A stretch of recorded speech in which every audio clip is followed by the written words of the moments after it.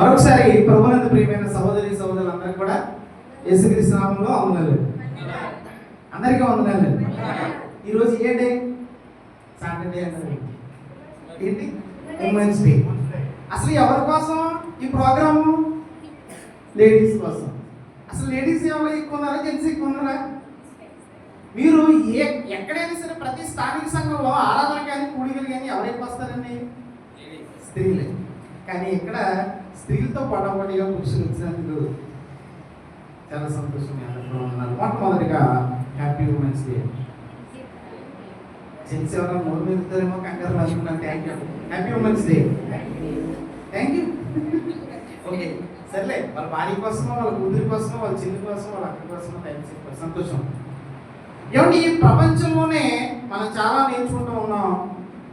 మనిషి బ్రతుకుతున్నాడు అని అంటే ఖచ్చితంగా ఒక మనిషిని బ్రతికించాలన్నా చంపేయాలన్నా ఒక మాట. అవునండి, మనిషిని చంపేయాలన్నా ఒక మాటే, బ్రతికించాలన్నా ఒక మాటతో బ్రతికించవచ్చు. కానీ మనిషి బ్రతకడానికి అవసరమైంది ఏంటి చెప్పండి?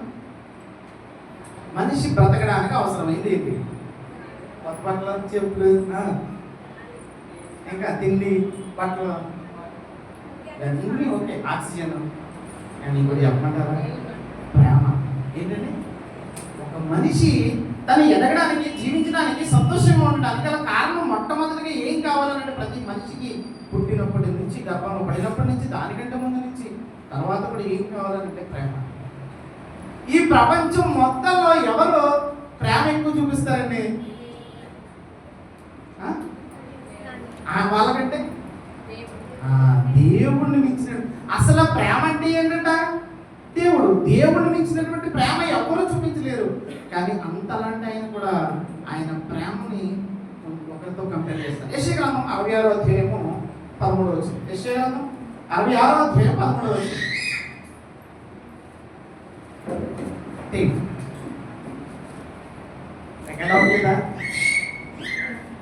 యెషయా గ్రంథం 66వ అధ్యాయం 13వ వచనం చదవాలి ఈరోజు. స్త్రీలు చాలా భాషగా చదువుతారా? ఒకరి తల్లి వారిని ఆదరించినట్లు నేను మిమ్మల్ని. చూడండి, దేవుడు చాలా ప్రేమ స్వరూపి. దేవుడు చాలా ప్రేమ చూపిస్తున్నాడు. తన పిల్లల గురించి మాట్లాడుతూ నా ప్రేమ ఎలాంటిదో తెలుసా? ఒకరి తల్లి వారిని ఎలా ఆదరిస్తుందో. సింపుల్ అండి. చాలా మంది కవీశ్వరులు కవిత్వాలు రాశారు. ఏమన్నా తెలుసా? దేవుడు ఈ భూమి మీద ఉండలేడు కాబట్టి ఆయన ప్రేమను చూపించడానికి ఆయన స్వరూపంలో ఎవరిని తయారు చేశాడట? తల్లిని. దేవుడు చెప్తున్నాడు, ఇదిగో ఒకరి తల్లి వారిని ఆదరించినట్లుగా నా ప్రేమలో ఉంటది. అంటే దేవుని ప్రేమతో సమానంగా పోల్చుకున్నాడు ఎవరిని అంటే తల్లిని. తండ్రికి పోల్చొచ్చు కదా. తండ్రి ఉమ్ము అంటే షాక్ టెంపర్, తండ్రి ఉమ్ము అంటే కోపం వచ్చేస్తుంది. రేపు నేను ఆమెతో చెప్పాను అనుకోండి, పిల్లలు ఏం చేస్తారు? భయపడిపోతూ ఉంటారు. కానీ దేవుడు చెప్తాను, ఇదిగో ఒకరి తల్లి ఎలా వారిని ఆదరిస్తుందో నేను వారిని అలా ఆదరిస్తున్నాను అని చెప్తూ ఆయన ప్రేమ ఎవరితో పోల్చాడండి? తల్లి ప్రేమతో పోల్చాడు. అలాంటి తల్లికి, కాబోతున్న తల్లికి, ఆల్రెడీ తల్లికి, చెల్లెలకి, అక్కడికి, వదిలికి, మరదలకి, స్నేహితురాలకి, అందరికీ కూడా హ్యాపీగా వచ్చింది. వాక్యపరిచిన అసలు ఈ ఉమెన్స్ డే అనేది ఎందుకు వచ్చింది? ఎందుకు? విప్లవం పరిధి. అంటే అప్పటి వరకు కూడా సమాజంలో స్త్రీని చాలా హీనంగా, నీచంగా చూస్తూ ఉన్నారు. ఒక విప్లవం వాళ్ళందరిలో ఒక ఉద్యమం దారి తీసింది.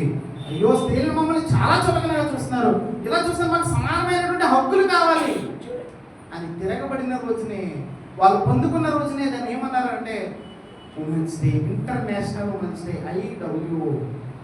1909లో 15,000 మంది స్త్రీలు వాళ్ళని ర్యాలీ చేసుకుంటూ మాకు ఈ హక్కులు కావాలని ధర్నా చేశారు, పోరాటం చేశారు. అంటే అప్పటి వరకు స్త్రీ ఎలా చూడబడింది? నిజానికి ఇప్పటికీ కూడా స్త్రీ ఎలా చూడబడుతుంది?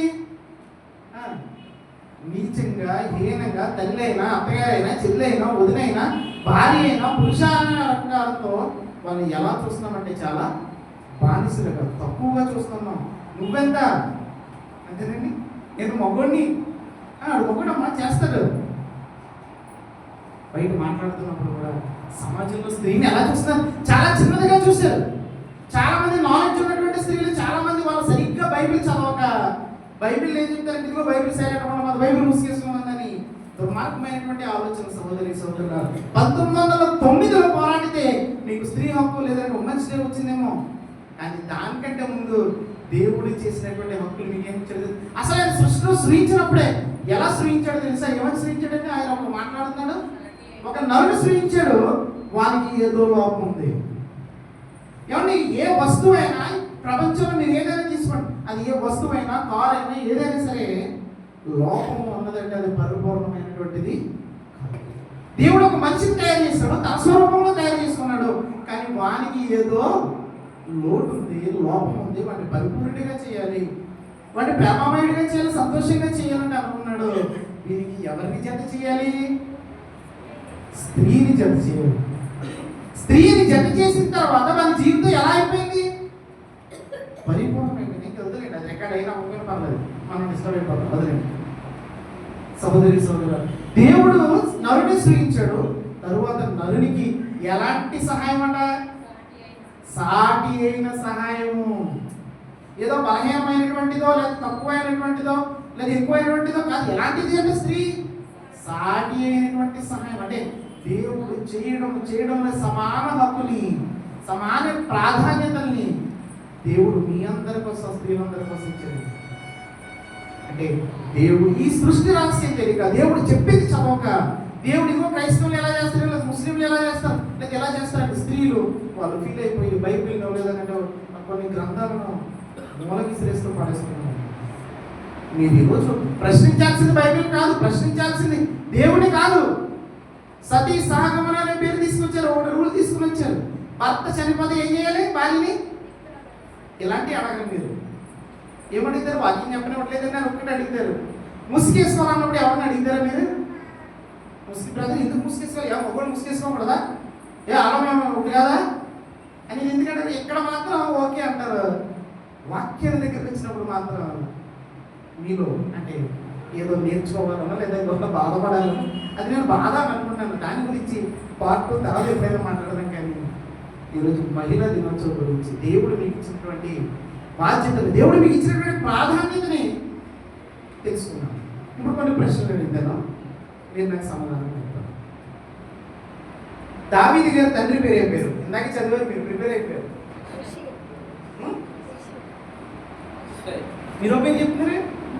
దావీదు గారి తండ్రి పేరు దీన్ని నా బ్రహ్మ. దావీదు తండ్రి యెష్షయి. ఆగండి ఒక నిమిషం. ఇప్పుడు 2 రెళ్ళు 4 అన్నారు అనుకోండి. 4 సరిగ్గా మనం అయిపోయి నిజమైన మనం అనుకోకూడదు. మీరు కరెక్ట్ అయితే అలా స్ట్రాంగ్గా ఉండాలి. దావీదు గారి తండ్రి పేరు ఏం పేరు? లోతు గారి తండ్రి పేరు ఏమన్నా తెలుసా? అబ్రహాం గారి తండ్రి పేరు ఏమన్నా తెలుసా? తెరాహు. వెరీ గుడ్, సంతోషం. మోషే గారి తండ్రి పేరు ఏమన్నా తెలుసా? ఆరోన్ గారి తండ్రి. మీ అందరికీ తెలుసు. Very good. ఇప్పుడు నేను అమరాం. ఇప్పుడు నేను ఇప్పుడు ప్రశ్న, దావీదు గారి తల్లి పేరు ఏం పేరు? చూడండి, దావీదు గారి తల్లి పేరు ఎవరికి? సంసోను తల్లి పేరు ఏం పేరు? సంసోను తండ్రి ఎవరు? మనోహ భార్య అని రాయబడింది, కానీ మనోహ భార్య పేరు దావీదు. తండ్రి పేరు రాయబడింది, కానీ దావీదు తల్లి పేరు ఎలీషా, ఏలియా వాళ్ళ తండ్రి పేర్లు రాశారు, కానీ తల్లి పేర్లు. సహోదరి సహోదరులారా, సమాజంలో జనాభా లెక్కల్లో లేదా వంశవృక్షంలో ఎలా ఉందనంటే యూదుల దగ్గర కూడా వాళ్ళ సమాజంలో బైబిల్ పరంగా కాదు మీకు తీసుకొస్తారు. ఎలా ఉందనంటే గుర్తింపు తండ్రి, తాత, ముత్తాత, అన్నయ్య, బామ్మరిది, తమ్ముడు వెళ్ళే. ఎక్కడైనా స్త్రీ సంతానం కానీ ఎక్కడ? ఇప్పుడు చెప్పండి. ఒక మహారాజు, దావీదు గారు మహారాజు, కింగ్ ఆఫ్ ఇజ్రాయెల్. ఆయన తల్లి పేరు బైబిల్లో రాయబడలేదు, లేదా జినియాలజీలో రాయలేదు. మత్తయి సువార్త 1వ అధ్యాయం 16వ వచనం. మత్తయి సువార్త 1వ అధ్యాయం 16వ వచనం. మీరు ఎలీషా గారి తల్లి పేరు తెలియదు, ఏలియా గారి తల్లి పేరు తెలియదు, ఇంకా దావీదు తల్లి పేరు తెలియదు, సంసోను తల్లి పేరు తెలియదు. కానీ మత్తయి సువార్త 1వ అధ్యాయం 16వ వచనం. యాకోబు. చూడండి, యాకోబు మరియ భర్త అయిన యోసేపు. ఆగండి, మరియ భర్త అయిన యోసేపు. జనాభా లెక్కలకు మీ ఇంటికి వచ్చారనుకోండి, మీ పేర్లు నాకు గుర్తు రావట్లేదు మా చదివి చెప్పని. వివేకవతి వైఫ్ ఆఫ్ అంటే ఎవరిని హైలైట్ చేస్తున్నారు అంటే మీ గుర్తింపు ఎవరి ద్వారా? భర్తతో. మీ గుర్తింపు ఎవరంటే భర్తతో. కానీ యేసుక్రీస్తు వచ్చిన సందర్భంలో రివర్స్ చేస్తారు చూడండి జినియాలజీలో. ఎవరని చెప్తారు? నా యేసుక్రీస్తు తల్లి మీకు తెలుసు, అవునా?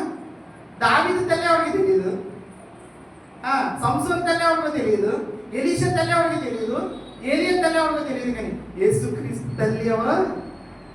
యేసుక్రీస్తు వచ్చిన తర్వాత స్త్రీకి ఇచ్చినటువంటి ప్రాధాన్యత అంటే యేసుక్రీస్తు వచ్చే వరకు లేదా అంటే అప్పటి వరకు ఉంది. కానీ సమాజం ఏం చేసిందంటే స్త్రీని చాలా నీచంగా చూసింది.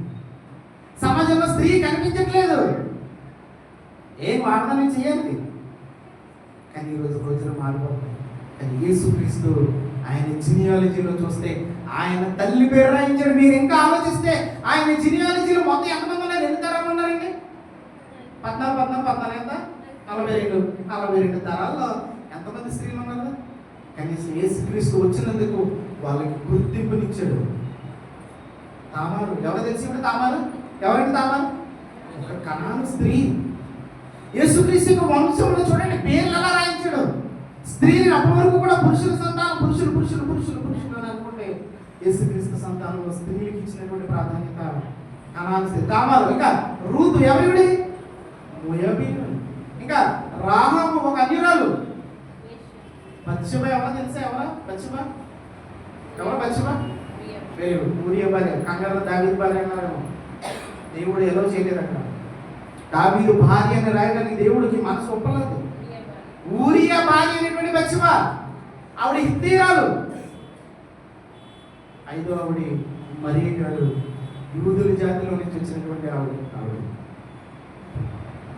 యేసుక్రీస్తు పుట్టుక ఎవరితో స్టార్ట్ అయింది తెలుసా? స్త్రీకి ప్రాధాన్యతను, స్త్రీ సంతానంలో. అసలు దేవుని యొక్క ప్రణాళిక ఆదికాండం 3:15 ఒకసారి చదువుదాం. ఆదికాండం 3:15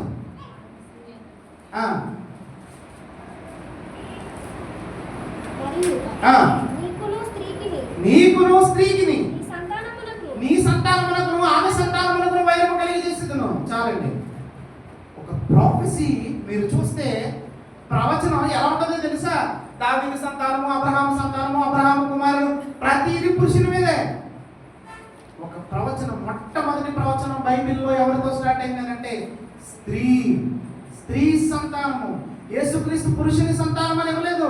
ప్రాధాన్యత ఒక తల్లికి ఇచ్చాడు, ఒక స్త్రీకి ఇచ్చాడు. స్త్రీ అందు పుట్టి స్త్రీ సంతానం అంటే యేసుక్రీస్తు రావడానికి ఒక స్త్రీని హైలైట్ చేశారు. సహోదరులారా, మొట్టమొదటి ప్రవచనం బైబిల్లో.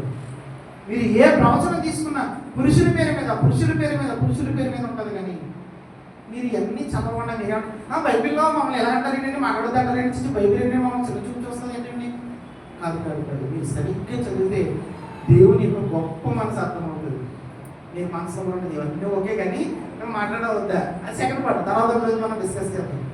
బట్ ఈ లోపు మొదటి పునాది వేస్తున్నాం. అర్థం చేసుకోండి. ఏబిసిడీలు నేర్చుకోండి. ఎం అక్కడి నుంచి నేర్చుకుంటామా? ఎక్స్ జెడ్ అక్కడి నుంచి నేర్చుకుంటామా? ఏ నుంచి నేర్చుకుంటాం? ఇంగ్లీష్ బాగా రావాలనంటే, తెలుగు బాగా రావాలనంటే బండి దగ్గర నేర్చుకుంటామా? కాకా నుంచి నేర్చుకుంటామా? ఆ నుంచి నేర్చుకుంటాం. సహోదరులారా, యేసు ద కింగ్ ఆఫ్ కింగ్ సంతానంలో, వంశవృక్షంలో ఎవరిని హైలైట్ చేశాడు? స్త్రీని. ప్రాధాన్యత ఎవరికి ఇచ్చాడు? స్త్రీని. తల్లికి ప్రాధాన్యత ఇచ్చాడు. చూడండి, ఎలీషాని అభిషేకం చేసింది ఎవరు? ఏంటిది? బైబిల్ తెలిసి పెట్టాలి మీరు. గురువారం ఎలీషాని అభిషేకం చేసింది ఎవరు? ఏలియా. అహరోనుని అభిషేకం చేసింది ఎవరు? మోషే. లేకపోతే దావీదుని ఎవరు అభిషేకం చేశారు? సమూయేలు. సంసోన్ని ఎవరు అభిషేకం చేశారు? యేసుక్రీస్తుని ఎవరు అభిషేకం చేశారు? యేసుక్రీస్తుని ఎవరు అభిషేకం చేశారు? ఆత్మీయంగా దేవుడే, తండ్రి అయినటువంటి దేవుడే బాప్తిజం తీసుకున్నాడు. మత్తయి సువార్త 26:6 నుంచి చదువు. మత్తయి సువార్త 26:6 నుంచి. దేవుడు మీకు ఇచ్చినటువంటి ఇవ్వబోతున్నటువంటి ప్రాధాన్యతలు మీరు చూడండి. 26:6 నుంచి 13. యేసు బేతనీలో కుష్ఠరోగి సీమోను ఇంట ఉన్నప్పుడు ఎవరు? ఒక స్త్రీ మిక్కిలి విలువ గల అత్తరు పుట్టి తీసుకుని ఆయన వద్దకు వచ్చి ఆయన భోజనములో కూర్చుండగా దానిని ఆయన తల మీద ఏమండి ఒకసారి చదువు 12వ వచనం కూడా చదువుదాం. ఈ అత్తరు నా శరీరం మీద పోసి నా భూస్థాపన నిమిత్తము దీనిని సహోదరి చూడండి. యేసు ప్రభువు ఆమెని హైలైట్ చేసి ఇంకో మాట అన్నాడు, ఈ సువార్త ఎక్కడైతే ప్రకటించబడుతుందో ప్రపంచంలో అక్కడ ఈవిడ ప్రశంసింపబడుతుంది. రాజుల రాజుని నూనెతో అత్తరుతో అభిషేకించింది ఎవరు తెలుసా? నా భూస్థాపన నిమిత్తం ఈవిడ అభిషేకిస్తుంది. నన్ను తైలంతో అత్తరుతో పూసి ఎవరికి ఇచ్చారు ప్రాధాన్యత? వాళ్ళందరూ రాజులు ప్రవక్తలు. ఈయన రాజులకు రాజు. ఎవరికి ఇచ్చారు ప్రవక్త? ఈయన. ఒక స్త్రీకి ఇస్తే అక్కడ వాళ్ళందరూ హడావుడి చేస్తారు, నువ్వు ఎందుకు వచ్చాను ఏమంటాడు ఆయన? ఒక సైలెంట్. స్త్రీకి ఇచ్చినటువంటి ప్రాధాన్యత. ఏమంటే యేసు ప్రభువారిని ఆయన అడిగాడు, ఎవరు? ఫిలిప్పు. ప్రభువా మీ నాన్నగారిని ఒకసారి చూపించమంటే ఏమన్నాడు ఆయన?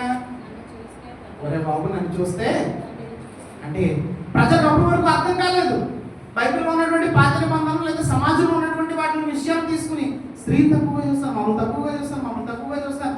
ఈ మాత్రం దాన్ని బైబిల్ చదివితే పోరాటం అవసరం లేదు, ఉమెన్స్ని కూడా అక్కర్లేదు. బైబిల్ చదవక వాళ్ళు ఫేస్ చేసినటువంటి ఛాలెంజ్ పాపం వాళ్ళని అనగా చేస్తున్నారని బాధతో వాళ్ళు ఏం చేస్తారో తెలుసా? ఈ రోజున సహోదరి మీరు ఆలోచించినట్లయితే కార్పొరేట్ ఒక సాఫ్ట్వేర్ ఉద్యోగాలు ఎక్కడి నుంచి వచ్చాయని ఫారిన్ కంట్రీస్. వాళ్ళు ఏం చదువు తెలుసా? బైబిల్ చదవరు. మీరు వాళ్ళ శాలరీ చూస్తే వాళ్ళని వీళ్ళందరినీ రిక్రూట్ చేసుకునే విధానం చూస్తే స్త్రీలకి రిజర్వేషన్లు కానీ లింగ భేదాలు కానీ ఏమి చూడండి ఎక్కడి నుంచి నేర్చుకున్నారంటున్నారు? బైబిల్ నుంచి నేర్చుకున్నారు. ఈరోజు మాకంటే ఎక్కువ ప్యాకేజ్ వచ్చినటువంటి మాతో సేమ్ ఎక్స్పీరియన్స్ మాకంటే ఎక్కువ ప్యాకేజ్ వచ్చినటువంటి స్త్రీలు ఉన్నారు. సమాజంలో స్త్రీని తక్కువగా చూస్తారు, కానీ దేవుడు ఎప్పుడు స్త్రీని తక్కువగా చూడాలి. ఇందాక మనం మాట్లాడుకుంటాం సతీ సహగమనం. ఇట్లా అడిగితే ప్రశ్న మీరు అడగరు, అడగలేరు, అడగబోరు. కానీ స్త్రీల కోసం రాజా రామమోహన్ రాయ్ కొంతమంది పెద్దలందరూ కూడా అడిగారు. ఒక స్త్రీ చనిపోతే భర్త చనిపోతే ఏం చేయాలంటే ఈ స్త్రీని చిన్నపిల్లైనా పెద్దదైనా ఎలాంటిదైనా తీసుకెళ్ళి ఏం చేస్తారు తెలుసా? కట్టెల మీద తీసి చంపేయాలి. ఇది దుర్మార్గం కదా? ఇదంతా ఎక్కడి నుంచి తీసుకొచ్చారు? ఇలాంటి గ్రంథాలు అంబేద్కర్ గారు తీసి పుస్తకాలు తగలబెట్టి కాల్చేశారు. మీరు ఇలాంటివి అడగరు కానీ కేవలం ముసుగేసుకోవడం అమ్మంటే మాత్రం నేను ఎందుకు వేసుకోకూడదు? మీకు ముసుగేసుకోకూడదా? మీకు మాకు తేడా ఏం కదా? చూద్దాం ఇంకా అవ్వదు. సహోదరి సహోదరులారా, రోమీయులకు రాసినటువంటి పత్రిక 7వ అధ్యాయం. భర్త చనిపోతే స్త్రీని చనిపోయిన తర్వాత విప్లవాలు చేసి ఇలా జరగకూడదు అని తీసుకొచ్చిన మీరు మనుషులు అనుకుంటున్నారు. బైబిల్లో రాయించినటువంటి మాటలు మనం చదువు. రోమీయులకు రాసినటువంటి పత్రిక 7వ అధ్యాయము 3 చదువుదాం.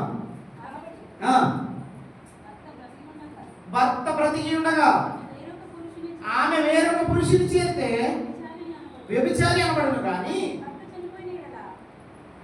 భర్త చనిపోయిన ఎడల ఆమె ధర్మశాస్త్రం నుండి విడుదల పొందేది కనుక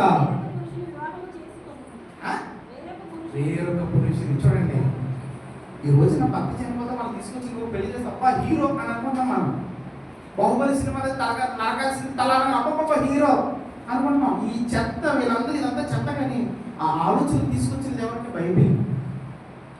ఏమన్నా తెలుసా? భర్త చనిపోతే నువ్వు ఇంకా బద్ధురాలు కాదు, నువ్వు ఇంకా స్వతంత్రురాలు.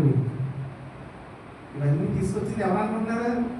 దేవుడు తీసుకొచ్చాడు. సహోదరి సహోదరులారా, ఆస్తి హక్కు ఎంతమంది పోరాడారు? నిజాలు చెప్పాలి, ఎంతమంది పోరాడతారు? కొన్ని వీడియో చూస్తారు మీరు సహోదరులారా, ఎంతమంది పోరాడతారు? ఖచ్చితంగా పోరాడతారు. నాకు రాదా మా నాన్న ఆస్తి?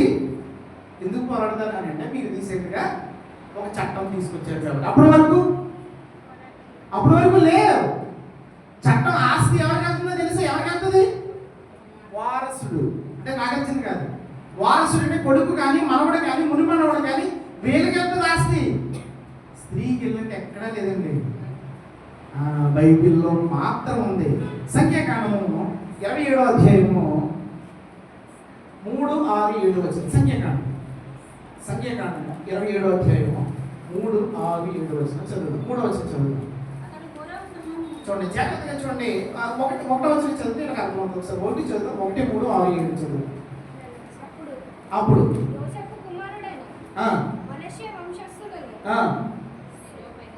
సెలోపెహాదు కుమార్తెలు వచ్చారు. ఎందుకు వచ్చారట? ఒక ఆయన కుమార్తెలు వచ్చారట కొంతమంది. ఏం కావాలో చూద్దాం. 3వ వచనం చదువుదాం. 3వ వచనం నుంచి.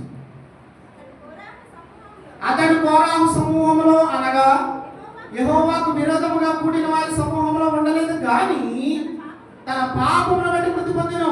మోషే దగ్గరికి వచ్చి కొంతమంది స్త్రీలు వచ్చారు. అతని కుమార్తెల పేర్లు ఏమనగా Mahlah, Noah, Hoglah, Milcah, Tirzah. 1, 2, 3, 4, 5 కుమార్తెలు వచ్చారు.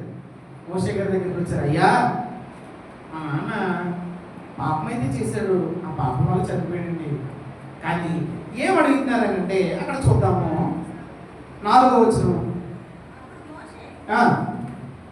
4 చదువు. 4. అతనికి కుమారులు కలగలేదు. అతనికి కుమారులు లేనంత మాత్రాన మా తండ్రి పేరు అతని వంశంలో మాసిపోనేలా. రైట్ అడగాలి. హక్కు ఎవరికి ఇచ్చాడో తెలుసా? దేవుడు స్త్రీకి ఇచ్చాడు. ఇదేకండి, కొడుకులు చచ్చిపోయారు, కొడుకులు లేరు, మరి మా తండ్రి ఇంటి పేరు ఏం చేయాలా? అంతే అయిపోయిందా? చాలా మంది కొడుకు పడితే సంతోషం, అమ్మయ్యా ఆ ఇంటి పేరు నిలబెట్టాడు రా బాబు అని. కూతురు పడితే కూతుర్ని ఏమంటారంటే ఆడపిల్ల అంటారు. అంటే అర్థం ఏంటి? ఈ తెలంగాణలో కనిపెట్టినట్టున్నారు. ఆడ ఉండే పిల్ల మన దగ్గర ఉండదట. కూతురు ఆడ ఉండే పిల్ల, ఆడపిల్ల. ఆడ ఏడనేది మీది, పిల్లవాడు అనేది మాది. మన ఇద్దరికి కలిసి ఆడపిల్ల అంటే ఎక్కడ ఉండాలంట? అత్తగారు మాగారు ఇంటి దగ్గర ఉండాలంట. ఈరోజు ఎవరు ఉండట్లేదు అనుకోండి, అది బాధాకరమైన విషయం. సోదరి ఇక్కడ చూడండి, ఇక్కడ మళ్ళీ వచ్చేద్దాం. వాళ్ళు అడుగుతున్నారు మోషే గారి దగ్గరికి వెళ్ళి. ఏమంటున్నాడు? మా తండ్రికి కొడుకులు లేరు కానీ మా నాన్న ఇంటి పేరు ఎలా మార్చుకోవడం ఎందుకు అని అడుగుతూ, మా తండ్రి సహోదరులతో పాటు స్వాస్థ్యమును, ఏంటి ఆస్తిని అడుగుతున్నారు. అప్పుడు మోషే వారి కొరకు ఏమంటే మోసే డైరెక్ట్ ఇవ్వడానికి అవుతుంది కదా. దేవుడి దగ్గరికి వెళ్ళాడు, ప్రార్థన చేశాడు. ప్రార్థన చేస్తే దేవుడు ఎలా రెస్పాండ్ అయ్యాడు చూడండి ఒకసారి. యెహోవా మోషేకి ఎలాంటి సెలవు ఇచ్చినో సెలోపెహాదు కుమార్తెలు చెప్పినది రైట్. వారి హక్కును వారు కాపాడుకున్నారు. వాళ్ళు అడిగింది కరెక్టే. ఆ ఆడపిల్లకి ఏం కావాలో తెలుసా? ఆస్తి హక్కు తీసుకొచ్చిన మన గవర్నమెంట్, ఆ గవర్నమెంట్, ఈ గవర్నమెంట్ కాదండి, దేవుని గవర్నమెంట్.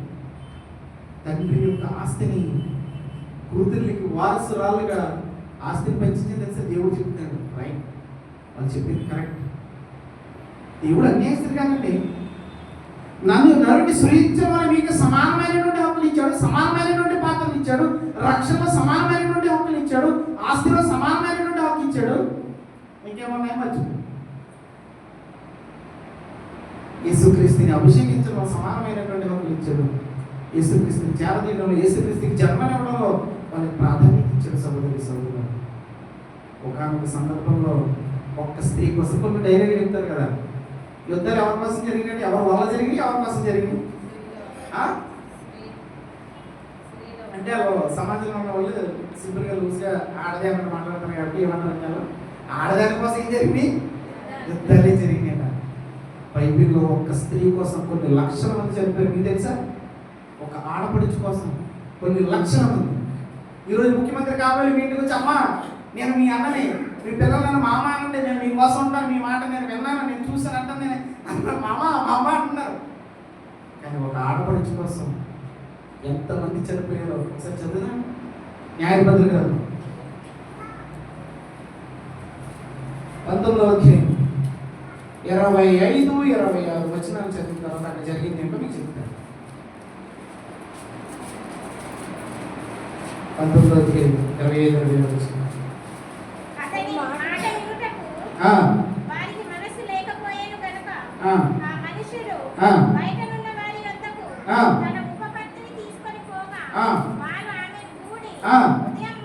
ఉదయం వరకు రాత్రి అంతయు ఆమెను చెరుపుచుండిరి. తెల్లవారగా వారు ఆమెను విడిచి వెళ్ళిరి. ప్రాతకాలమున ఆ స్త్రీ వచ్చి వెలుగు వచ్చే వరకు తన యజమానుడున్న ఆ మనుషుడింటి ద్వారంలో పడి ఉండేది. సహోదరులు ఇక్కడ జరిగినటువంటి సందర్భం ఇప్పుడు అర్థాన్ని చూడండి. చాలు ఇక్కడ జరిగినటువంటి సందర్భాన్ని నేను మీకు తెలియజేస్తాను. ఒక లేవీయుడు అనేటువంటి ఒక యాజకుడు ఉన్నాడు. ఆయనకు ఒక ఉపపత్ని ఉంది. వీళ్ళిద్దరికీ గొడవ జరిగి ఎక్కడికి వెళ్ళిపోతారు? వెళ్ళిపోతారు? పుట్టింటికి వెళ్ళిపోతారు కదండి, అవునా? వెళ్తారా? లేడీస్ చేసే బ్లాక్ మెయిల్, నేను పుట్టింటికి వెళ్ళిపోతాను, నేను నీతో మాట్లాడి, నేను నీతో ఉండను. కానీ దుర్మార్గులు లేనటువంటి అత్తగారు అయితే మళ్ళీ వెనకరానివారు, మంచోళ్ళు అయితే అలా కాదమ్మా, వాళ్ళు చాలా మంచోడు, అమ్మంగా అందరికీ ఇంటికి పంపిస్తారు. ఈవిడ కోపం చెల్లిపోయింది, భార్య భర్తలు గొడవలైంది. ఈయన సమాధానం పడిచి తనకు సారీ చెప్పి మళ్ళీ తీసుకురావడానికి ఇంటికి వెళ్తాడు. వాళ్ళ మాంగారు అంటాడు, అయ్యా ఉండండి అయ్యా, కొన్ని రోజులు ఉండండి అంటే ఉంటాడు. మళ్ళీ బయలుదేరే ముందు మళ్ళీ పోస్ట్పోన్ చేస్తాడు, మళ్ళీ బతికిస్తాడు, మమ్మల్ని బ్రతిమాలుతాడు. కానీ ఒకరోజు సాయంత్రం అట్లు బయలుదేరుతూ ఉంటారు.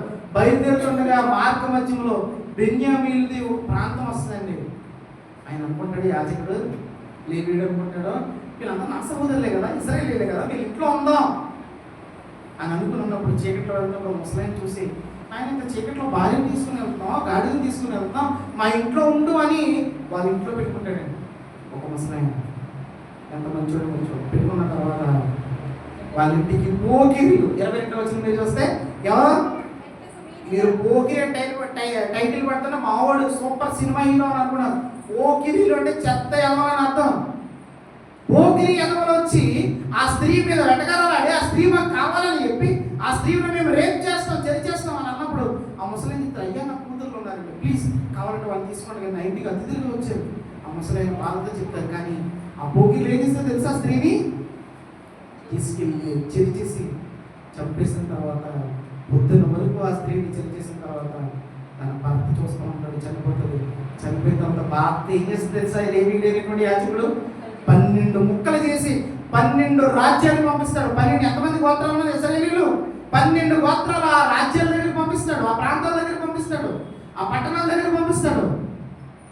అక్కడ ఒక్కొక్కటి రక్తం ఎవరిస్తుంది, ప్రతి ఒక్క రక్తం ఉడికిపోయి ఏంటి ఏం జరిగింది చాలా బాధగా ఉంది. మన ఆడపడుచు, మన చెల్లి, మన అక్క, ఒక తల్లికి ఎలా జరిగింది, అసలు ఏం జరిగిందని పెద్దలందరూ మీటింగ్ పెడతారు. చదువు అంటే ఏం జరిగిందో చూద్దాం. 20వ అధ్యాయము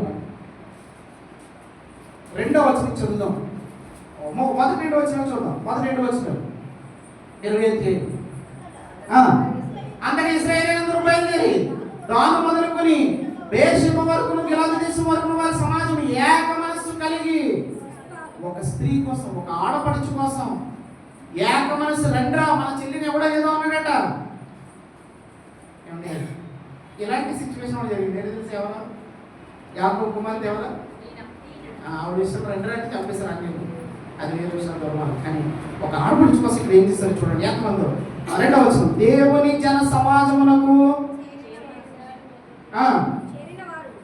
చేరిన వారు ఇశ్రాయేలు గోత్రములన్నిటికి పెద్దలుగా ఉన్నవారే కత్తి దూయు 4 లక్షల మంది కాల్బరము.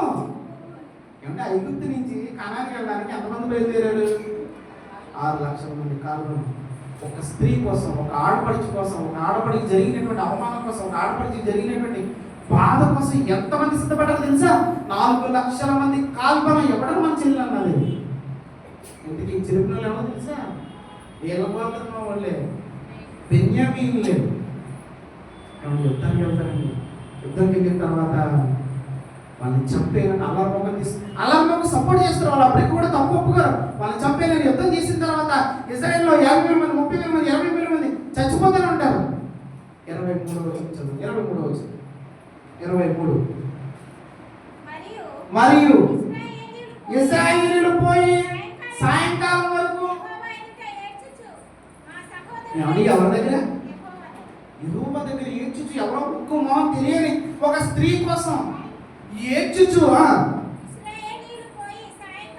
ఇశ్రాయేలీయులు పోయి సాయంకాలం వరకు యెహోవా ఎదుట ఏడ్చుచు, మా సహోదరులైన బెన్యామీనులతో యుద్ధం చేయడానికి తిరిగిపోదుమా అని యెహోవా ఎదుట విచారణ చేయగా ఏమన్నా తెలుసా? దేవుడు లేపి అవతల పడింది. నా కూతురిని, నా బిడ్డని చేర్చడంలో దేవుని దగ్గర ప్రార్థన చేశారు. ప్రభువా ఏంటి యవనస్తులు, పోకిరీలు సమాజం మీద, స్త్రీల మీద ఎలా చూస్తూ ఉన్నారు? గాంధీ తాత గారు చెప్పారు ఏంటంటే, ఇది మళ్ళీ లాస్ట్లో మనం మాట్లాడాము. ఒక ఆడవిడి అర్ధరాత్రి రోడ్డు మీద తిరిగితేనే స్వాతంత్రం అనుకుంటే దాన్ని కూడా జోలు వేసుకోవాలి మనం పురుషులు. ఆడది 10 గంటలకు ఎందుకు తిరగలే కానీ వాళ్ళు ఉన్నాం. కానీ నిజమే మన సహోదరి, మన తల్లి, మన అక్క, మన చెల్లి ఒక రోడ్డు మీద స్వేచ్ఛగా తిరగలేకపోతున్నామంటే ఇక్కడ అలాగే జరిగింది. గాంధీ గారు ఇవన్నీ ఎక్కడి నుంచి నేర్చుకున్నారనుకుంటున్నారు? బైబిల్ నుంచి నేర్చుకున్నారండి. ఆ స్త్రీ చర్చిన తర్వాత ఇశ్రాయేలు అందరూ 4 లక్షల మంది ఏం చేశారు? ఒక్క స్త్రీ కోసం నిలబడ్డారు. యుద్ధం జరిగింది, చాలా మంది చనిపోయారు. కానీ ఎంతకోసం? దేవుడు కూడా పర్మిషన్ ఇచ్చాడు. ఎవరి కోసం తెలుసా? కొంచెం చనిపోయిన స్త్రీ కోసం. మనమైతే అంటాం చచ్చిపోయింది, ఇంకా అలాగే చచ్చిపోయింది, మనం చావడం ఎందుకు. కానీ దేవుడు అంటే ఆ పోగిరిని చర్మం వచ్చి ఎవరు ప్రాధాన్యత ఇచ్చారు తెలుసా? దేవుడు ప్రాధాన్యత ఇచ్చాడు స్త్రీకి. మనం అంటాం బైబిల్లో మరి యూస్ తీసుకోవాలి కదండి, మాట్లాడద్దంటారు కదండి, మాకు వాకింగ్ ఇవ్వండి. ఇది కాదు. చూడండి, ఒక స్త్రీ కోసం దేవుడు తన పిల్లలు పురుషుని కోరుకోవడానికి కూడా సిద్ధపడ్డాడు. కొన్ని వేల మంది తలలు వేసుకున్నాడు. ఏదో చచ్చిపోయారు, వాళ్ళు చచ్చిపోయారు ఒక స్త్రీ కోసం పోరాటం సభ. ఇంకేమన్నారండి? గుడిలోకి రావలేదండి స్త్రీలు. ఏమన్నా 2 సంవత్సరాల క్రితం ఒక గుడిలోకి రాలేదని స్త్రీల్ని గొడవ జరిగింది.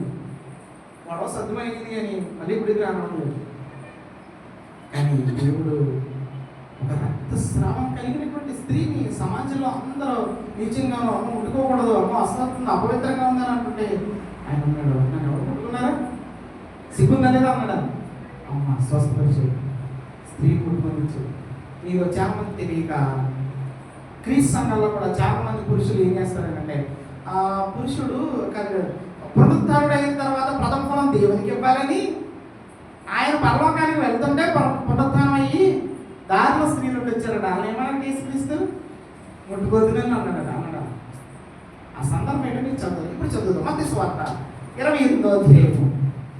నిజం చాలా మంది పాప తెలియక క్రీస్తు సంఘాల్లో పెద్ద 30-40 సంవత్సరాల అనుభవం ఉన్నటువంటి ప్రీచర్లకు ఇదే మాట చెప్తారు. ఏంటంటే ప్రథమ ఫలం దేవుడికి ఇవ్వాలి కాబట్టి అమ్మ మీరు నన్ను ముట్టుకోద్దని నేను వేసుకోవాలి అన్నమాట. మత్తయి సువార్త 28వ అధ్యాయము 8-9 వచ్చిన.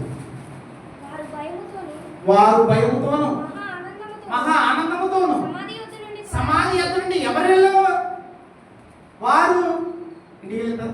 చదవరు మీరు, తర్వాత అయినా చదవండి. రేపు వారాలన రేపు చదవరు, కొన్ని ఏళ్ళు ఎప్పుడు కుదిరినప్పుడు దయచేసి ప్లీజ్ చదవడం. వారు అంటే అక్కడ ఉన్నటువంటి స్త్రీలు, సమాధి చూడటానికి వెళ్ళినటువంటి స్త్రీలు. కంటిన్యూ చేయండి.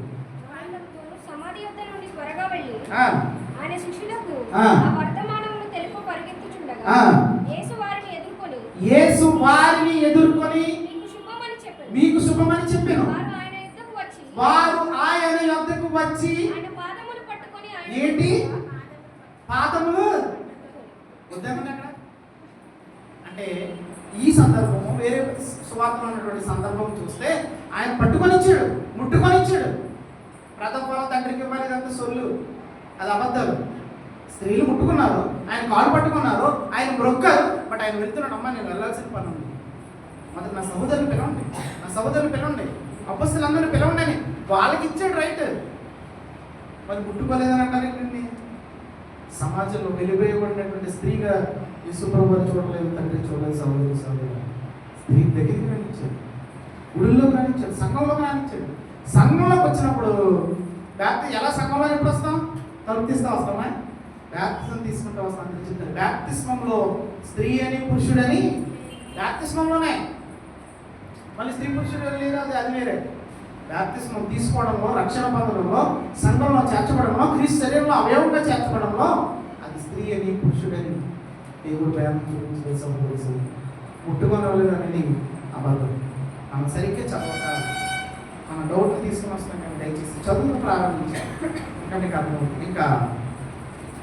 ఇంకా దేవుడు స్త్రీకి ఎలాంటి ప్రాధాన్యత ఇచ్చాడు, ఎలాంటి ఇంపార్టెన్స్ ఇచ్చాడు, ఎలా ప్రేమించాడు అనేది మనం చూస్తే ఆదికాండము 29వ అధ్యాయం చూస్తే మీకు అర్థం కాదు, మీరు చదవాలి. ఆదికాండము 29వ అధ్యాయము. ఇక్కడ జరిగినటువంటి సందర్భం మీకు చెప్పి ముందుకెళ్తాం. 29వ అధ్యాయం దేని గురించి తెలుసండి? ఇద్దరు భార్యలు. ఎవరు? యాకోబు. ఇద్దరు భార్యలు ఎవరండి? లేయా, రాహేలు. ఇద్దరు అన్నగత్త ఎవరు? రాహేలు. మీరు చూసారండి రాయబడింది. చాలా అన్నగత్తి. ఒకరు మిస్ అవ్వచ్చు, శ్రీనివాస్ అవ్వచ్చు, ఏదైనా అవ్వచ్చు. కానీ అందరూ పాపం ఆవిడ ఒక ఆవిడ పెద్ద ఆవిడ ఉంది. ఆవిడ పేరు ఏం పేరు? లేయా. ఆవిడ కళ్ళు ఎలా ఉన్నాయట? జబ్బు కళ్ళు ఉన్నాయట. మనిషి దేనికి ప్రాధాన్యత ఇస్తారండి? ₹5 లక్ష పడతారు. పెళ్లి సంబంధాలు ఏం చూపిస్తారు? కాళ్ళు చూపిస్తారా, చేతులు చూపిస్తారా, ఫోటో చాలా పాస్పోర్ట్ సైజ్ ఫోటో. అంటే ఫేస్ని చూసి అబ్బా సూపర్ అనుకున్నాడు. ఎవరు? యాకోబు. ఎవరిని? మీరు కూడా చెప్పచ్చు. ఎవరిని? రాహేలు. చాలా అందగత్తి అనుకున్నాడు. మా అన్నగారిని అడిగాడు, 7 సంవత్సరాల మేకలుగా అన్నాడు. సరేనండి అన్నాడు. ఎవరి కోసం? స్త్రీ కోసం. పెళ్లి జరిగింది. నైట్ టైంకి తెలియలేదు. కానీ కలుసుకున్నాడు. ఎవరిని తెలిసి చీకట్లో పెద్దవాడు కలుసుకున్నాడు. ఇదేంటి మోసం చేశాను మా అన్నగారిని అడిగాడు. పెద్దదానికి అవ్వకుండా చిన్నదానికి ఎలా చేస్తాను నేను అన్నాడు. కానీ నాకు ఎవరు కావాలన్నాడు? ఏమంటే ఇక్కడ మీకు ఏమైనా అర్థమవుతుందా? నాకు ఎవరు కావాలన్నాడు? ఎవరు కావాలన్నాడు? చెప్పండమ్మా. రాహేలు కావాలన్నాడు. ఎన్ని సంవత్సరాలు మళ్ళీ కొలుగు తీయమన్నాడు? 7 సంవత్సరాలు. ఇందులో మీకు ఏమైనా అర్థమైందా? ఏమర్థమైంది చెప్పండి దయచేసి. టైం తీసుకోండి. 14 సంవత్సరాలు ఒక ఆవిడ కోసం. Very good. ఏమర్థమైంది చెప్పండి? ప్రేమించాడు. ఎవరిని? అక్కడ ఇంకొకటి అర్థం అవ్వాలి మీకు. ఇంకా అంటే అని ద్వేషించాడు. పక్కన ఉండి కూడా 7 సంవత్సరాలు ఇంకొక అమ్మాయి కోసం ఎదురు చూశాడు అని అంటే ఎవరు ద్వేషించాడు? అని ద్వేషించాడు. ప్రేమ చూపించాడు. పాపం స్టోరీ చదివితే బాగా ఉంటాడు. తండ్రి చేత, సమాజం చేత కళ్ళు జబ్బు కళ్ళు కలిగినది, వెలివేయబడినది, అందంగా లేదు, సమాజంలో పెళ్లి అవ్వట్లేదు. ఇదిగో పెళ్లి అవ్వాలని అంటే ఇదిగో వీడు కట్టబడేస్తే సరిపోతుందని తండ్రి అనుకున్నాడు. తండ్రి దృష్టిలో, సమాజం దృష్టిలో, భర్త దృష్టిలో చాలా తక్కువగా చూడబడింది. ఈరోజు నేను చాలా మంది దుర్మార్గులు లేరా? నేను చూస్తుంటే నాకు ఏం అనిపించట్లేదు అని మరి భర్త లేరంట. కుమ్మిలి ఏడుస్తున్నటువంటి తల్లి చెల్లి అక్కడ ఎంతమంది ఉన్నారండి. కానీ అక్కడ ఒక మంచి మాట రాయించారు. మీ చదువు 27వ వచనం చదువు. 27వ వచనం.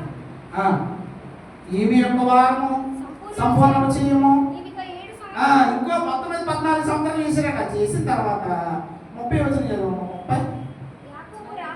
యాకోబు రాహేలును కూడెను, మరియు అతడు లేయా కంటే రాహేలుని మాతనికి మరి 7 కొడుకు చేసింది. అంత బాధాకరమండి.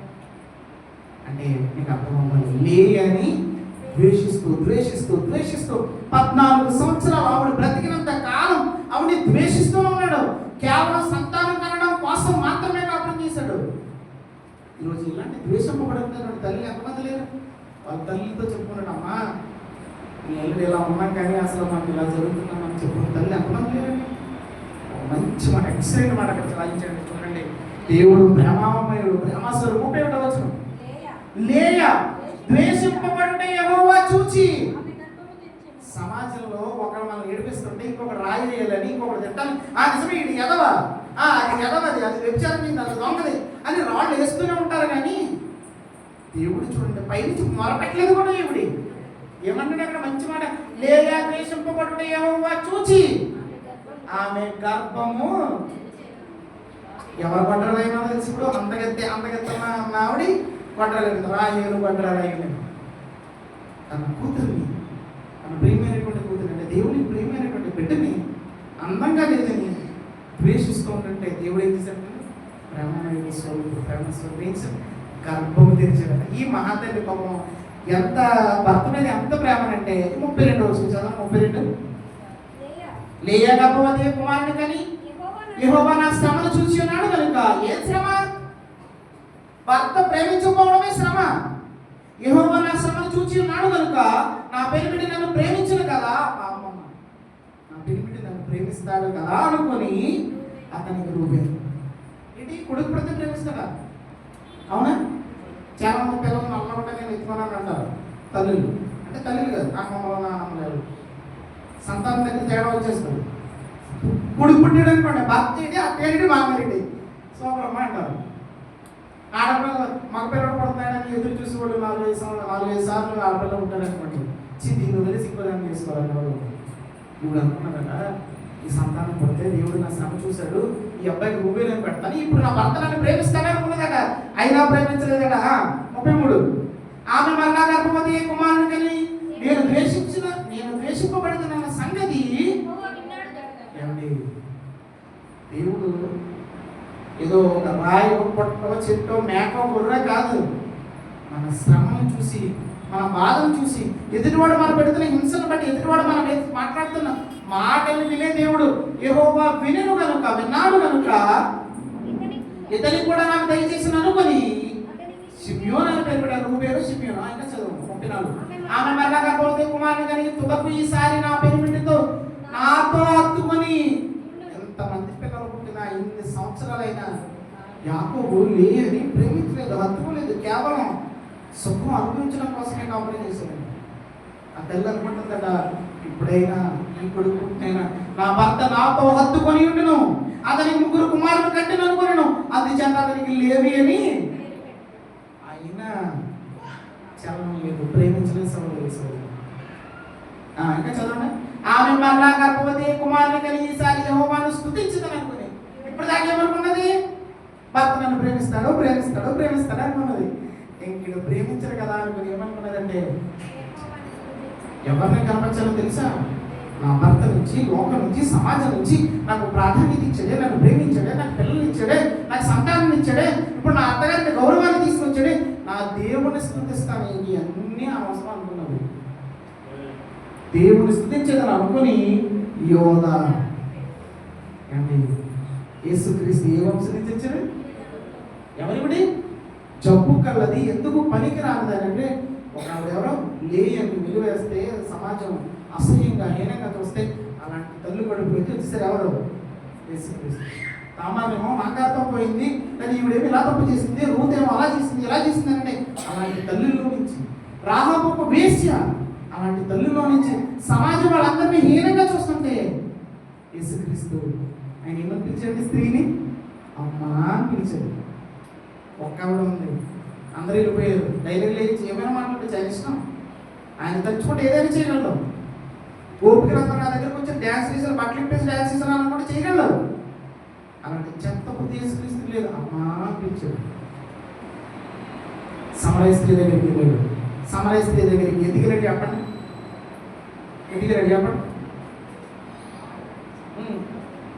సుఖారమ్మ దగ్గరికి ఎందుకు వెళ్ళాడు చెప్పండి? మీరు చెప్పచ్చు. నీళ్ళకి వెళ్ళాడని మీరు అనుకుంటారు. కాదు, నీళ్ళు అవసరం లేదండి, స్త్రీ కోసం వెళ్ళాడు. ఒక స్త్రీని పట్టుకుంటే ఆవిడ సమాజాన్ని మారుస్తుంది, ఒక ఊరిని మారుస్తుంది, నా కోసం ప్రజలు తీసుకొస్తే నేను ఆయనకి నీళ్ళు ఎందుకండి? సమరయ స్త్రీ దగ్గరికి వెళ్ళింది నీళ్ళ కోసం కాదు, ఆవిడ కోసం. సోదరులు ఇలాంటి సందర్భాలన్నీ చూసి మగ్దలేని మరియని ఆలయాన్ని చూసి యేసుక్రీస్తుని ఆయన ఎవరో రాశాక బొమ్మ వేసారట, అది దేవుడు చేశాడు. మగ్దలేని మరియకి యేసుక్రీస్తు. మగ్దలేని మరియకి యేసుక్రీస్తు ఏమీ తెలుసా? 7 దయ్యాలు పడితే ఆవిడ ఏం చేశాడే? మార్చాడు, రక్షణ తీసుకొచ్చాడు. ఒక తండ్రి స్థానంలో ఉన్నాడు, ఒక సహోదరి స్థానంలో ఉన్నాడు యేసుక్రీస్తు. స్త్రీకి ఇచ్చినటువంటి ప్రాధాన్యత ఎందుకు ఇచ్చాడు తెలుసా? మీరందరూ యెహోవాను అసహించుకున్నారు. స్త్రీలందరూ కూడా ఒక ఆవిడ ఒక లా చదువుతుంటే హైదరాబాద్లో ఉన్నటువంటి ఆవిడ వీడియోలు పెట్టి బైబిల్లో పౌలు సొంతంగా రాశాడు. పౌలు స్త్రీని హీనంగా ఎవరు రాశాడు? హీనంగా మీరు చదవక, మీరు తెలుసుకోక, మీరు వినక లోపల ఉన్న ఆహారాన్ని పక్కన పెట్టేసి బైబిల్లో దేవుడు చూపించినటువంటి ప్రేమను చూడండి, ఎంత ప్రాధాన్యత ఇచ్చాడు. ఇప్పుడు చెప్పండి, ఆవిడ ఎందుకు వెళ్ళుకున్నాడు? స్వార్థను ప్రకటించడానికి. ఆ సమయంలో మొగలు లేరండి, అమ్మాయిలు లేరండి, అందగారు ఉంటారు, 6 అడుగులో ఉంటారు, నాలెడ్జ్ ఉన్న వాళ్ళు ఉంటారు. ఇప్పుడు మీరు ఆలోచించండి, మీరు ఏం పని చేయాలో ప్రశ్న అడిగితే ఇప్పుడు ప్రశ్న కాదు. కానీ సోదరు ఒక స్త్రీకి ఒక తల్లికి ఎక్కువ మాట్లాడి ముగించుకోండి. స్త్రీ అవల కాదు, ఎవరట? అవలాన్ని జోగేశ్వరం మనది ఎవరన్నారు? సబల. అంటే చాలా మంది సమాజం స్త్రీని ఎలా చూసిందట? తబలాగేమో కొంతమంది చూసారు మీమ్స్ చేసుకోవడానికి, అబలేమో సమాజం చూస్తుంది. అని రోజు సబల అంటే స్త్రీని ఇప్పుడు వచ్చింది తెలుసా? యేసుక్రీస్తు ఎందుకు వచ్చారు భూమి మీదకి? ఎందుకు వచ్చారు? ఎవరిని? వాళ్ళందరూ ఏమన్నాడు? సంఘం అన్నాడు. సంఘాన్ని ఎవరితో వచ్చాడు? అసలు సంఘం అంటే భార్య కోసం వచ్చాడు, స్త్రీ కోసం వచ్చాడు.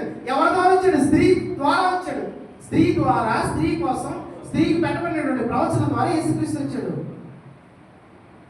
సోదరి ఇది మనం తీసుకోకుండా బైబిల్లో పౌలు ఎలా రాస్తాడు? స్త్రీలు ద్వేషిస్తారు కాదు. సరిగ్గా మీకు చెప్పేవాళ్ళే లేకేమో పాపం. సోదరి సమాజం ఏమైనా తక్కువగా చూస్తుంది, దేవుడు తక్కువగా చూడలేదు. స్త్రీ అంటే ఏమన్నా కొంతమంది కవిశ్వరులు కవితలు ఏంటి? కార్యేషు దాసి, కరణేషు మంత్రి, భోజేషు మాత, శైలేషు రాము. కార్య అంటే ఫస్ట్ ఏంటండి? కార్యేషు దాసి, పనుల్లో దాసిగా చేస్తారు. ఇది అలా చేసేవాళ్ళు ఎవరు లేరు, ఉన్నారా? అంటే మీ అందరికీ తల్లి గారు నమస్కారం. తల్లికి అక్కడికి చెల్లి మరి అందరికీ వందనాలు. అలా లేరు. కరణేషు మంత్రి అన్న పెద్దలు మనకు బైబిల్. కానీ బైబిల్లో ఒక దుర్మార్గులైనటువంటి భర్త కోసం ఒక స్త్రీ ఏం చేసింది? మీరు అలా కంగారు పడతారనే ఒక స్త్రీ ఏం చేసింది? మొరపెట్టిందంటే నా వాళ్ళు ఆవిడెవరో అబ్బిగయ్యారు. దాని లేదమ్మా ముగించుకున్నాం 5వ అధ్యాయం 10-11 కోసం. దాని 5:10-11. దాని 5వ అధ్యాయం 10-11 వచ్చినారు. బెల్షస్సరు దేవుని యొక్క మందిరంలో ఉన్నటువంటి ఆ పాత్రలతో, అక్కడ ఉన్నటువంటి వారందరితో, ఉపపత్నులతో, రాణులతో ఎంజాయ్ చేసుకుంటూ మద్యం సేవిస్తూ ఉన్నాడండి. దేవుడు అక్కడ బోర్డు మీద ఒక రాయించాడు. ఏమని?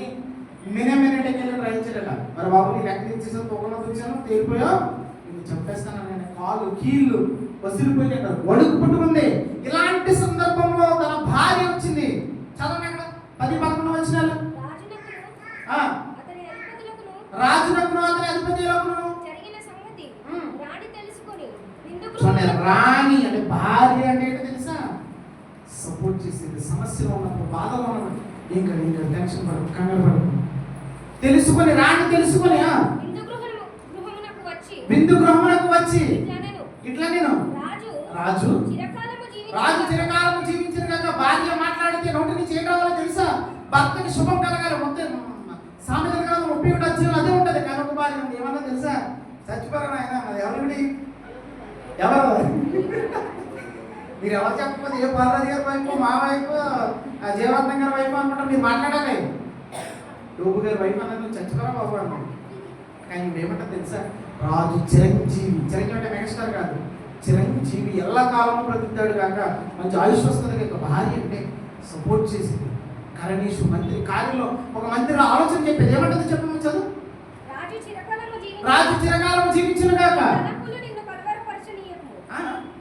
నీ తలంపులు, నీ ఆలోచన వల్ల నువ్వు చాలా బాధపడుతున్నావు. వాటిలన్నింటి మనసులోకి తీసుకోక నీ మనసు నిబ్బరముగా ఉంచు. నిబ్బరంగా ఉండే మాట, ఈ మాట ఎవరు పలికే మాట తెలుసా?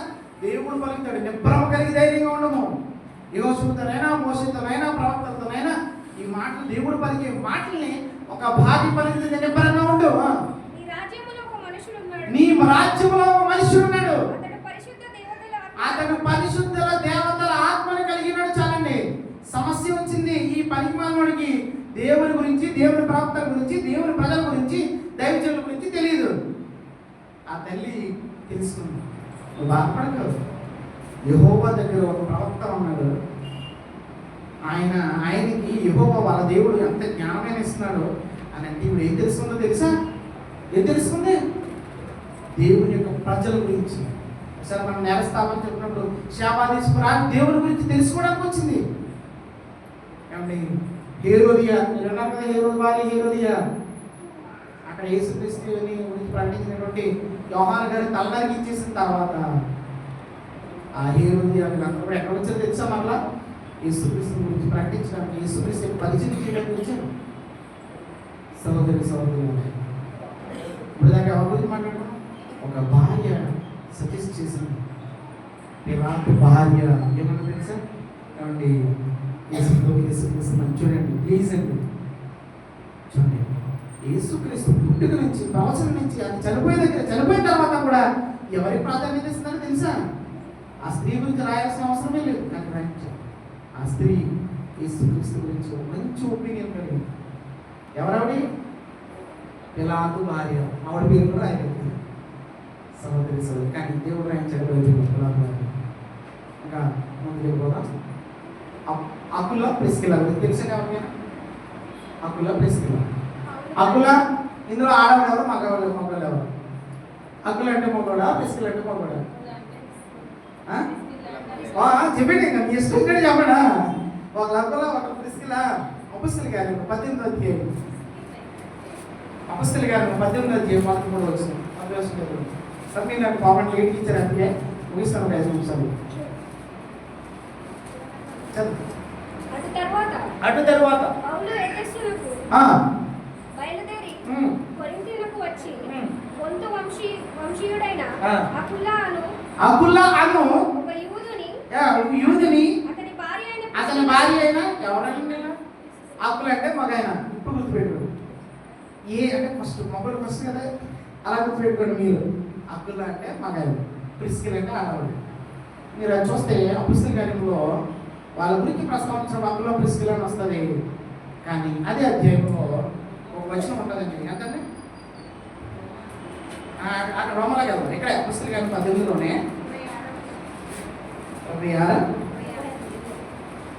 26 చూడండి. 26 ప్రిస్కిల్లా ఇది చూడండి. ఇది ఫస్ట్ ఎక్కడి నుంచి స్టార్ట్ అయింది? అకులా ప్రిస్కిలా, అకులా ప్రిస్కిలా. అక్కడ చూస్తే సరిగ్గా వాక్యం దగ్గరికి వచ్చేసినప్పుడు మాత్రం ప్రిస్కిలా అకులా మొదటి ప్రాధాన్యత ఎవరికి ఇచ్చారు తెలుసా? ప్రిస్కిలా. అప్పుడు కూర్చోబెట్టి ఒక సేవకులకి, సార్ మీరు తప్పు చెప్పారు, సార్ మీరు తప్పు చెప్పారు. మీరు ఎవ్వరు మీరు మీ అడ్రస్ చెప్పాలనుకోండి, wife of Suresh, wife of Jeevaratnam, wife of Palaraju, wife of Pappa, wife of Sagar, wife of Chinnu అని చెప్పుకోరు మీరు. కానీ ఇక్కడ చూడండి, మీరు ప్రిస్కిలా అప్పుల వీళ్ళ గురించి మళ్ళా రాస్తూ పౌలు గారు రోమిలకు రాసినటువంటి పత్రిక 16:3 16:3 క్రీస్తు యేసునందు నా జత పని వారిని, ఎవరికి? పౌలు గారికి జత పని వారి అనేటువంటి ఎవరును మొదటి ఎవరి పేరు తీసుకొచ్చా తెలుసా? మనం కూడా మాట్లాడుతున్నప్పుడు మొదటి పేరు తీసుకొస్తాం. అంటే మనకు బాగా ఇష్టమైన ప్రాధాన్యత ఇస్తున్నప్పుడు చాలా మంది మాకు ఫోన్ చేసి, బ్రదర్ మీరు సిస్టమ్ తీసుకుని అంటే ఫస్ట్ ప్రిఫరెన్స్ మనకి ఇస్తారు, తర్వాత భార్యకి ఇస్తారు. లేదా బ్రదర్ మీరు ఇచ్చేయండి, పెళ్ళిళ్ళు పిలిచినా సరే సహోదరి సహోదరులు కరెక్ట్ చెప్తారు. ప్రిస్కిలా అప్పులు అని చెప్తారు. నేను ఏం చేస్తాను తెలుసా? పౌలు గారికి ప్రాణం ఇవ్వడానికి రెడీ అయిపోయారట. ఎవరు? ఒక స్త్రీ. దేవుని సేవలతో పరిచర్య చేయడమే కాదు, ప్రాణం ఇవ్వడానికి. చివరి రోజు చదువు పేతురు గారు రాసిన మొదటి పత్రిక 3వ అధ్యాయం 1 నుంచి 5 వచనాలు. ఇందాక వివేకవంతి గారు పాట రాశారు కదా, పాడారు కదా, ఏ వచనాలు చదువు. పేతురు గారు రాసిన మొదటి పత్రిక 3వ అధ్యాయం 1 నుంచి. ఫస్ట్ ఏంటి? ప్రియులారా స్త్రీలారా? స్త్రీలారా. ఇది మాత్రం అనొద్దంటాం. మేము ఎందులో పడాలండి?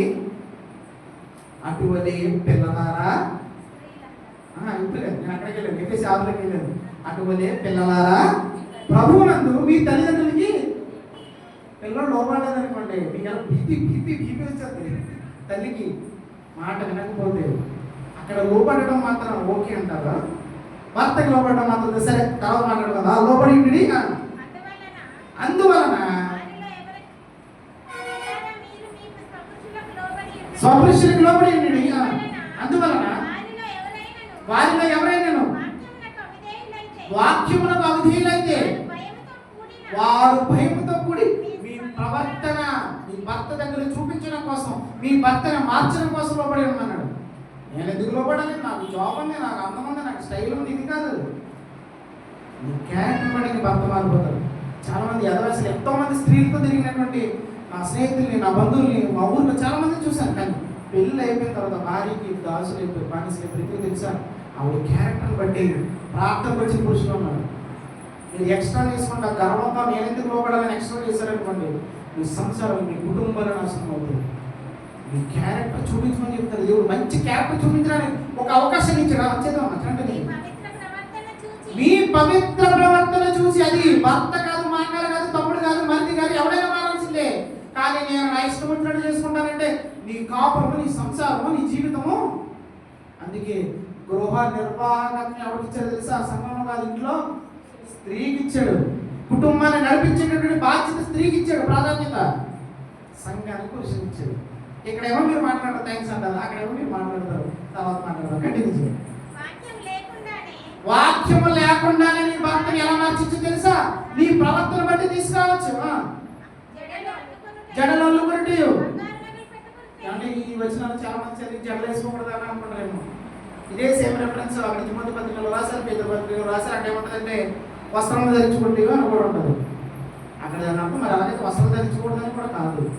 అంటే ఎక్స్ట్రా చేయకూడదు అని చదువు. వస్త్రములు ధరించుకొనుటయు అది మరి జగవద్దంటే మరి వస్త్రాలు కూడా ఏమన్నంటే వద్దనంటే చదవండి. నిలువటి అలంకారము మీకు అది. అలంకారముగా ఉండక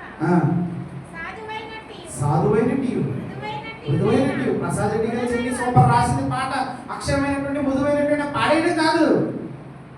ఆ వచనం బైబిల్లో ఉన్నది కదా. అబ్బా నిజమే మనకి అలించాడు అక్షయ అలంకారం. నీ అలంకారం ఏంటో తెలుసా?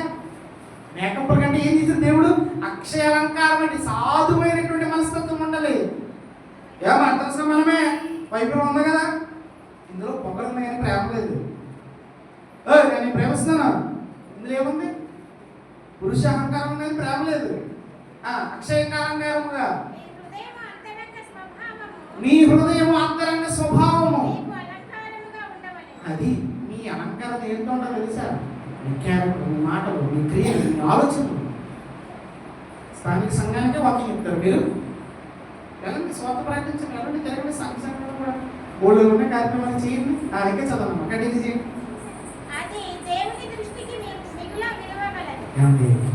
దేవుని దృష్టికి ఏది విలువైనదో అది చేయండి. మనుషుల దృష్టికి విలువైనది కాదు, భర్త దృష్టికి విలువైనది కాదు, ప్రజల దృష్టికి విలువైనది కాదు, సమాజ దృష్టికి విలువైనది కాదు. దేవుని దృష్టికి విలువైనది ఏంటి తెలుసా? మీరు లోపడి ఉండడం, నేర్పించడం, గృహాన్ని నడిపించడం, దేవుని పరిచయంలో పాలిభాగస్తులు రావడం, పరిచయం నడిపించడం, ఇవన్నీ ఏమంటాడు? అక్షయ అలంకారంగా ధరించుకోమని చెప్తాడా? ఇంకా అయిపోయిందని 5 వచనాలు అయిపోయినాయా? చూడండి, మీకు ఎగ్జాంపుల్ గా చెప్తాడు. పూర్వము దేవుని ఆశ్రయించిన స్త్రీలు తమ స్వపురుషులకు లోబడి అందున చాలా కానీ మనం ఫేస్ చూడలేదు. కానీ ఆవిడ ఏం మేకప్ వేసుకున్నా, ఏం ధరించుకున్నాను అనుకుంటే దేవుడు చెప్తున్నాడు ఆ భర్తకి లోబడి దేవుడి వాక్యాన్ని ఫాలో అవడమే ఆవిడ ధరించుకున్నట. కానీ వాళ్ళు నిజంగా చాలా కాదు 7 వారాల నగలు ధరించుకున్నాను. కానీ ఖచ్చితంగా ప్రతి విశ్వాసి భర్తకి కానీ ప్రీచర్ కానీ ఏం చేస్తాను పట్టవా చాలా కాదు చూడు ఎలా చేసిందో. కానీ దేవుడు ఏం రాయించలేదు, క్యారెక్టర్ గురించి రాయించాడు. ఆ తల్లి ఏమన్నా యజమానుడు అనిపించింది. చివరికి 7వ వచనం చదివించు. 7వ వచనం, అటువలనే పురుషులారా జీవమును కృపావరములో పాలిభాగస్తులైనట్టు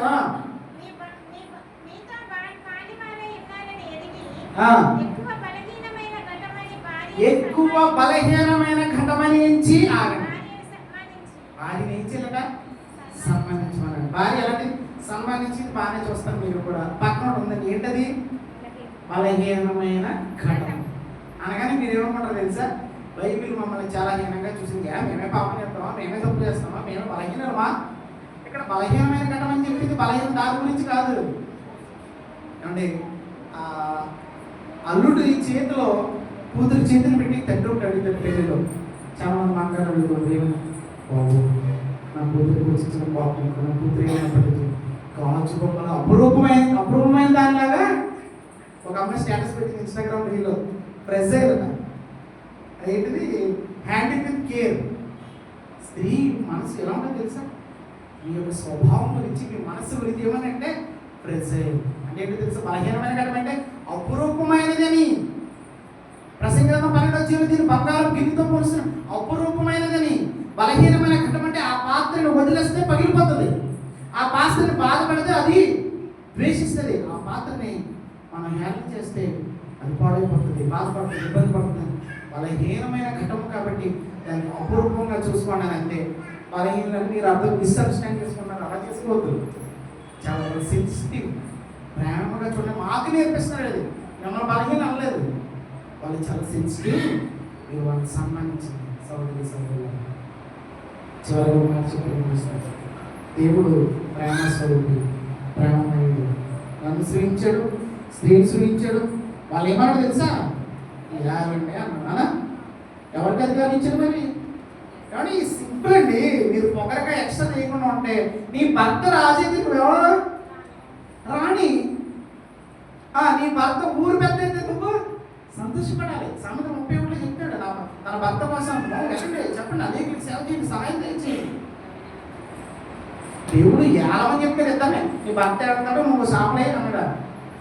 ఇద్దరిని అమ్మాయి ఎప్పుడో తెలుసా, మనసులో హృదయంలో పొగరు గర్వం ఈగోలు యాటిట్యూడ్లు ఇవన్నీ తగ్గించుకొని లోబడితే అప్పుడు దేవుడు చెప్పిన సంతోషంగా మన జీవితాన్ని ఒక సౌకర్య సౌకర్యాలు. ఈ రోజున మహాత్మా గాంధీ చెప్పినట్టు బైబిల్ జరిగిన సంఘటనలు నేను ఎప్పుడంటే ఒక అర్ధరాత్రి ఒక స్త్రీ ఒంటరిగా వెళ్ళినప్పుడు స్వాతంత్రం వస్తారని డైలీ ఎందుకు చెప్పాలని అంటే గాంధీ గారు చెప్పిన ఎన్ని సంవత్సరాలు స్వాతంత్రం వచ్చి ఎన్ని సంవత్సరాలు అయిందో ఇప్పటికీ కూడా ఇంకా ఇంటికి రాలేదు అని అంటే ఆవిడ రోడ్డు మీద ఒంటరిగా వెళ్ళకపోవడానికి గల కారణం మానవ మృగాలు ఉన్నాయి, పురుషుల్లో మృగాలు ఉన్నాయి.